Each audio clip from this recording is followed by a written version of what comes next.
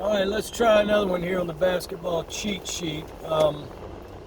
This is the it's Thursday. It's the 16th, no, 17th of June, and we've had a rash of injuries in the NBA from very big name players.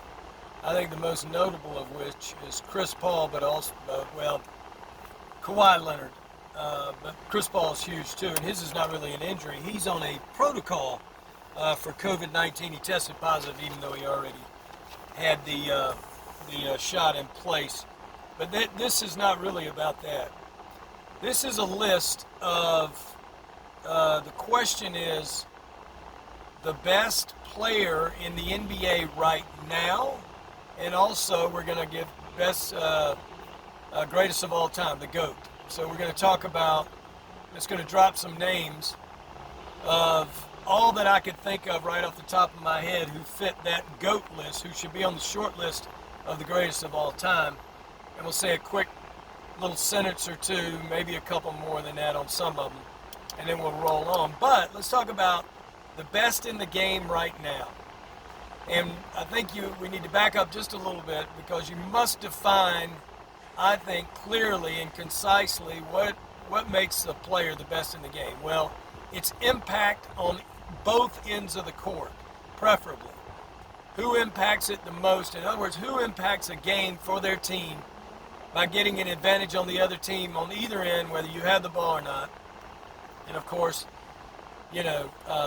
that's where the term impact comes in the game of basketball. And of course, you start that list these days with Kevin Durant. And look, I'm not a prisoner of the moment. The 49 the other night, and a truly iconic and transcendent, and whatever else, what other word you want to use to describe that performance the other night, because we could go off on all kind of rabbit trails on that. But it was just further verification of who Kevin Durant is and has been now for quite some time, the best player in the game right now, LeBron James included. Now, I'll say something quickly about Kevin Durant. He's one of the very few, I think, have gotten away with not really building his body strength and pliability and all that. I mean, he's done a little bit in the last 2 or 3 years, I understand, but still thin as a rail, and it really doesn't hurt him. But maybe I don't know, maybe, just maybe, he wouldn't have had the injuries that he's had, or maybe he would have bounced back a little quicker from them, if he would have really been into building and taking care of his body like LeBron James and others of their day, of this day and age. And, those players who realize what an incredible value it is to keep your body at a tip-top shape, because that in your brain is essentially your business. You're an independent contractor playing a game of basketball. So anyway, let's talk about the impact on the offensive end, and then we'll go into players real quickly. This presentation of the basketball cheat sheet is going to be a little bit longer than most I've done, and I apologize for that, but I think it warrants that much time to go into players individually. But on the offensive end, the most impactful players is a term that people inside basketball circles, and fans included, use now as the bag, right? What does he or she, and of course we're talking about he's here because we're talking about the NBA, what does he have in his bag, right? And defensively, you try to get in that bag and take some of that away, and the bigger the bag and the more stuff they got in the bag, the more they can be impactful on the offensive end. And first and foremost, right now in the game, and before it's all said and done, surely for all time, it's Kevin Durant, right? And if you've been following his career in the last several years, Kevin Durant has started to guard much better than he ever did the first, 8, 9 years in the league. But Kevin Durant will guard you now, big time. And he blocks shots at the rim. The ones he can get to, he makes steals, gets his hands in passing lanes. He's really an upper-level defender as well now, a.k.a. the best player in the game. Is he the greatest of all time? You easily could make a case for that, especially 4 years from right now. 2025, we'll get back with you on is Kevin Durant the GOAT. And then the next one, of course, and really should have already mentioned, he's trying to usurp the king, and I'm not talking about LeBron, I'm talking about Jordan. So Jordan still cast a great large shadow on this GOAT debate, as does Wilt Chamberlain. Those two shadows can never be ignored. I don't care if LeBron ends up being, in your opinion, the greatest of all time, he will still at least be sharing those shadows with those two. But there are others. But before we move on, let's talk about LeBron. I don't think you'll ever hear me do a presentation, or even if you meet me in person, whatever, say LeBron is the greatest of all time. I think easily, hands down, without even thinking about it, you got to put him on the short list, no question. And I'm going to talk about Kobe here in a moment too, because he belongs in that list, on that short list. But you've got to give LeBron his due. But I've always said about LeBron, especially when comparing him to Jordan, because that always seems to be the comparison. To me, there's too much Dookie in LeBron's career resume, right? Outstanding in some respects, better than most in a lot of respects. But those down years of melting down in the finals, even at least once or twice, once against San Antonio, and I can't remember who else it was, but just, really essentially, and don't make me be guilty of saying LeBron quit. I do believe there's a lot of credence to the fact that he was physically out of gas. But I don't know, it just kind of shut down one year. But all in all, I got mad career respect for LeBron, easily one of the greatest of all time. And then jumping back real quickly to the best there is right now, MVP of the league, Jokic, the Joker, right? Nikolai, or however you say his first name, Jokic, unbelievable talent at the true five spot, the scoring five, the lead five, who often takes the ball off the defensive glass and leads the break himself. We've never seen anything like that. We've seen guys like LeBron and Antetokounmpo would be the closest thing, and it's kind of in a different way, but both of them are coming downhill. Antetokounmpo, when he's coming downhill, 95% of the time, he's finishing on his own. When Jokic is going full court and starting to get downhill, his eyes up and he's ready to make a sweet delivery on the offensive end, or take you to wherever he wants to take you, do with you defensively, you trying to defend him, anything he wants offensively, essentially, and get to hit a number of different sweet spots for him.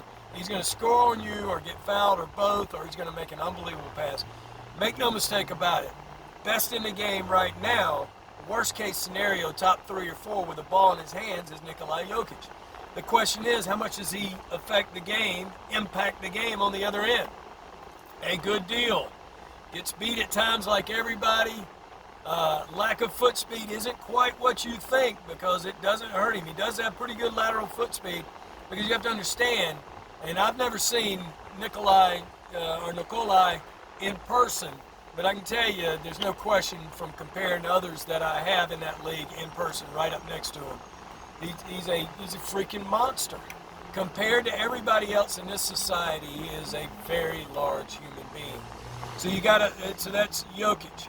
I talked about LeBron. I talked about the huge shadow of Jordan, because, let me be the first to say, still to this day, I still think you got to knock Mike off that perch.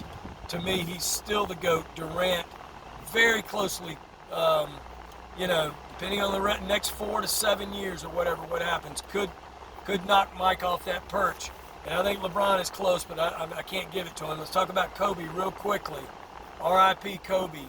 Got a couple of down notes about Kobe, but everything else is super duper high, because I think Kobe checked all the boxes as far as what it takes to be the greatest of all time, and he proved it. And even though Shaq was doing his thing, those first couple of rings they got, and it was super impactful on both ends, it was Kobe who was making the big jumpers down the stretch to seal the deal.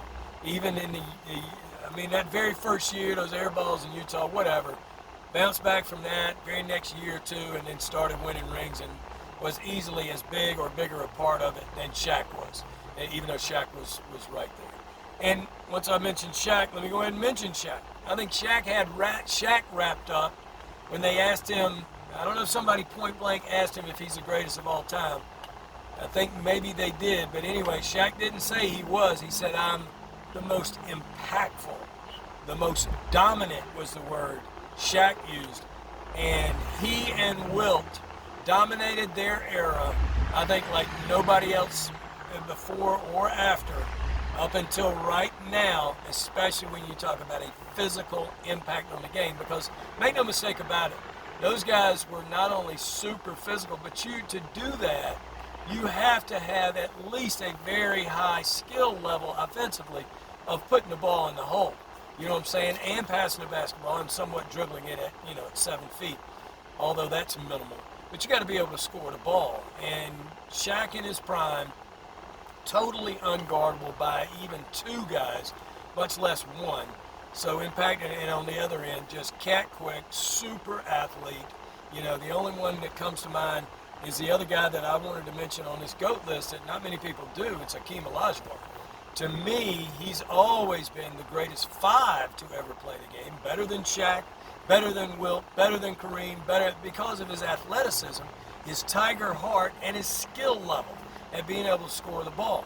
Now, I think also this guy's not going to get many mentions, and I didn't even put him on the list that I wrote down, but he comes to mind right now because like Jokic, with the ball in his hands, when he's healthy and not getting hurt, and I don't like the entire bag of tricks he has offensively, but Joel Embiid, with the ball in his hands, is as gifted offensively, he and Jokic, as anybody in the history of the game. There's no question.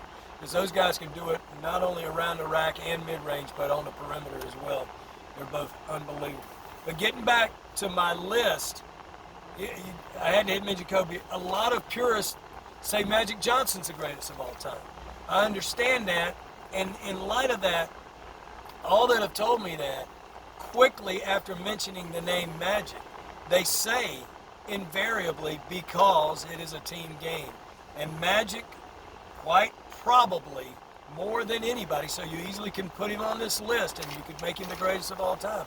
He made those around him better, and he won. He won a high percentage of games, and he won a high percentage of championships when all the chips are on the line. So, no question, big-time money player, get it done, Magic Johnson. And I'm just looking on my list, and I've already got. You've also got, along with him, I'm going to talk about Bird. Here's my take on Bird. Easily on the short list of greatest of all time. A buddy of mine who really knows the game calls him the greatest of all time. I say he's not because of the following reason.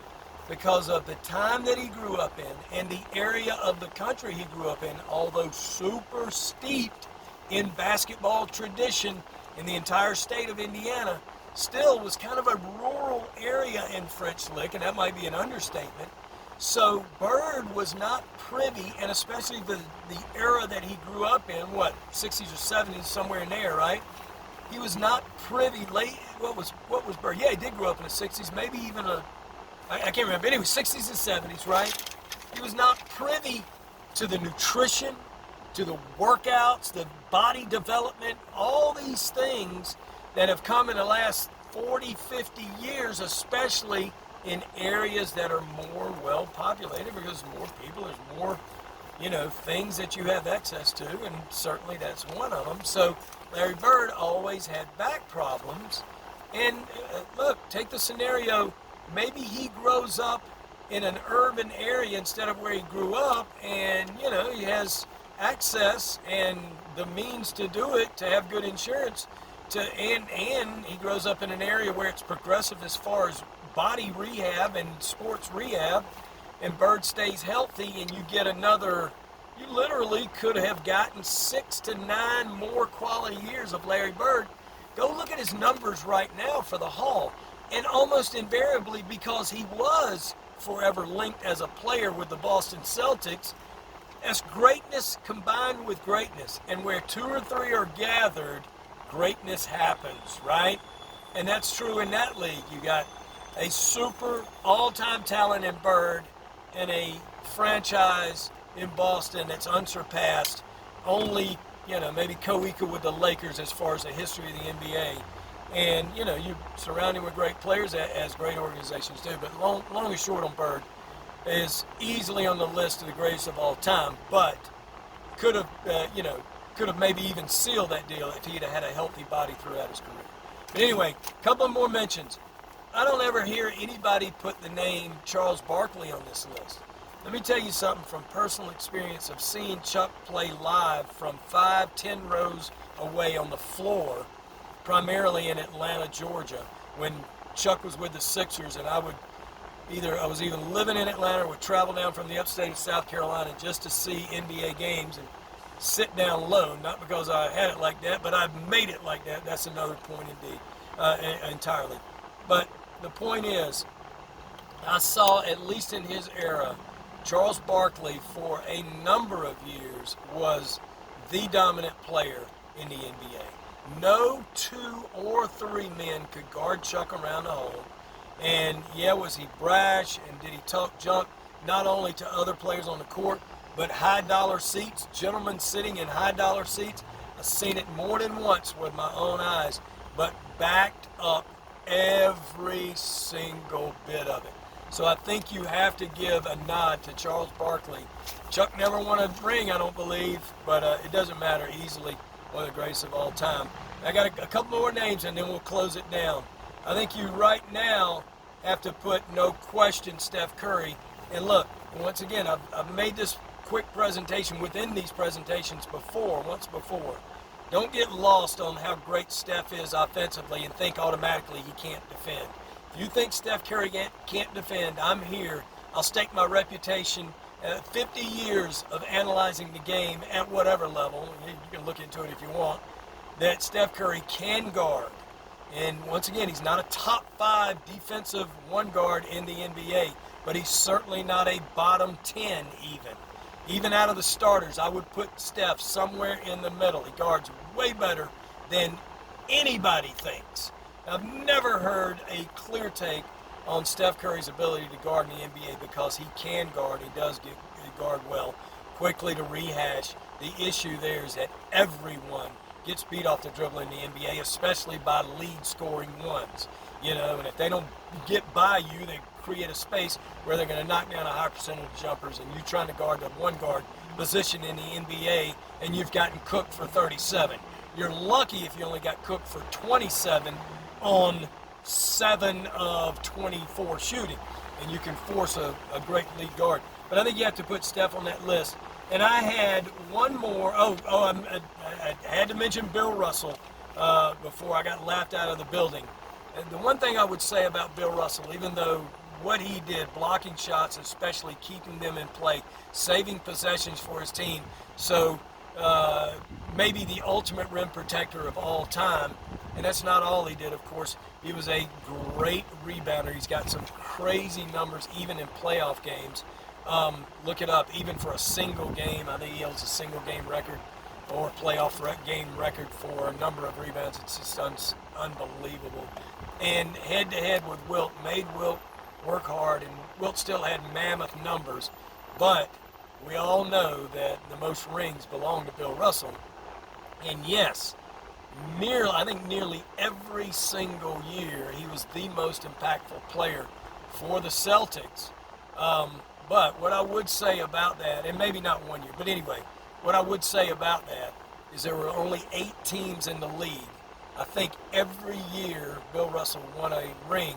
But I don't, to me, I mean, maybe that matters to you, and it does matter a little bit to me, but you can only dominate who they ask you to play that night. On a consistent basis, Bill Russell, easily on the short list of the GOAT, greatest of all time. And then I'll close with this one. Even though it's super early in his career, I think you have to take an early look, and I think most people already have. You start taking a look at Luka Doncic.